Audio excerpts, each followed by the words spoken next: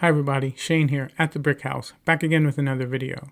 Today I'm going to be reviewing the alternate build of set 31120. This is the Medieval Castle Creator 3-in-1. Now this alternate build was designed by Brick Additive, and he has a lot of really creative mocks and modulars on Rebrickable. Now this alternate build uses only pieces from this set, and as you know, I like to do that because that way I don't have to buy additional pieces, because when you build mocks and alternate builds with lots of individual pieces, it can become very expensive. And so I like building alternate builds that only use one set. However, the designer of this set has a second version that adds some additional pieces to the build that really make the set that much better. I actually did buy those pieces, and as soon as I'm done with the review, I plan on making those modifications. I highly recommend, if you decide to build this, that you do as well, because it will greatly improve the final version of this set. However, for the sake of this review, I'm only going to show you what you get from just this set, not the add-on pieces. As I've always said, when you get a set like this, you have to open up all the bags and kind of separate them and begin building. And you begin building this, what is kind of a unique base plate. It takes lots of the pieces to build kind of a 32 by 16 base plate, and then you begin building this kind of wonderful patchwork of wooden planks. After you build the base plate, you build this first set of stairways and the main entrance to where the blacksmith does his work. And you really have this really nice details of these torches, the iron gate, the chain link, and the blacksmith's crest. And it's a pretty straightforward build.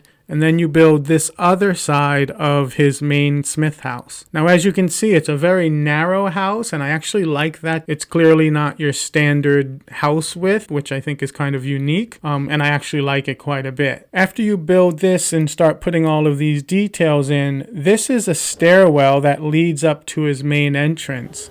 I can show you that the door doesn't actually open all the way because there are steps in there, and because the building is so narrow and the steps are so steep, the door is unable to open all the way. As you can see, it's a very, very narrow design that there really is no playability, and you can't put a minifig in there. So you build this piece, and then as you can see in the back, there is incredible detail in his workshop. There's a sword and a fire forge, and this starts to build the chimney of where he does all of his metal work. There is a lot of detail inside of the set. Now, as I said, this base plate is not really a base plate. It's lots of little pieces kind of formed together to create a base plate and isn't very stable. And as it currently stands with the original pieces to this set, this is definitely a display piece and not really a play piece because it is quite fragile in a lot of places. As I said, some of the alternate pieces that you can get would definitely make it more sturdy and improve the overall build. And as you can see here, this is the back of the stairwell to the second floor. I like the steps because it's kind of a granite looking stairwell, but this door does not open at all. This is kind of a letdown for me from a visual standpoint. And so then as you begin building up and you're done with these two pieces, you then begin creating this second level. And this has the entryway of where the stairs go. And so this is really, once again, just kind of a narrow staircase. And then you can see as the staircase leads up, this leads into the main entrance of the main hall. And once again, this is a pretty straightforward build. There is some flower work here and some trestle work over the window, which is a really nice touch and looks really nice. And so you put that on, and this actually is built last, which we'll get into, and then you build this main room.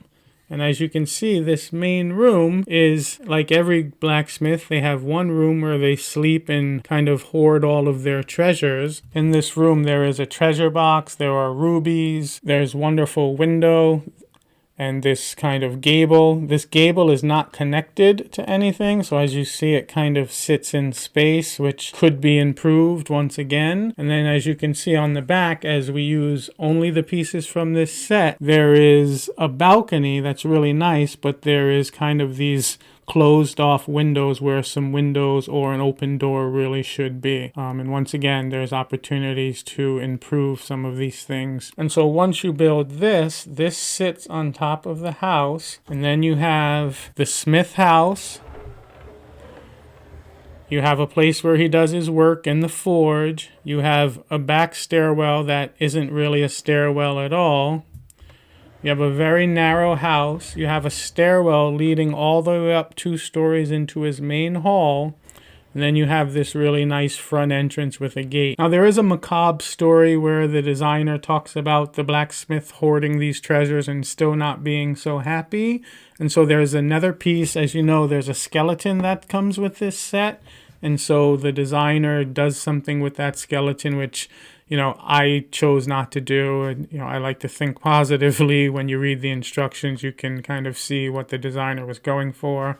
I thought it was unnecessary, so I left that out of my build. But overall, you can see that it's a really cool looking medieval house. The roof is secured by 4 2x4s on either side, and it's pretty sturdy. But once again, this is not something you'd play with. This is really just a display piece, and I would really recommend you add the other pieces to it. I already have the pieces and definitely plan on adding them to this set because I think it's going to make it that much better. There's one minifigure that he uses in it, and that is the blacksmith. As you can see, I really love the color design, kind of this medieval yellow and brown look. It's very European. It looks really great. The instructions were really easy to follow. It took me probably 2 hours to build. Now, as many of you know, I recently purchased 3 or 4 of these sets for the main purpose of building this, as well as building some other mock builds. But I also bought this one to give to one of you. If any of you would like to build this smithy, you would have to buy the instructions. And as I said, I'll leave a link in the comments. But if you want to win this set and build this, or even just build this castle, you have to be a subscriber. Leave a comment on this video, and in a couple of weeks I'll pick one lucky winner to give them this set. And that way you can then buy the instructions and build this for yourself and see if you like it, or you can build the castle. That's my video for today. Don't forget to hit the like and subscribe, and I'll see you next time.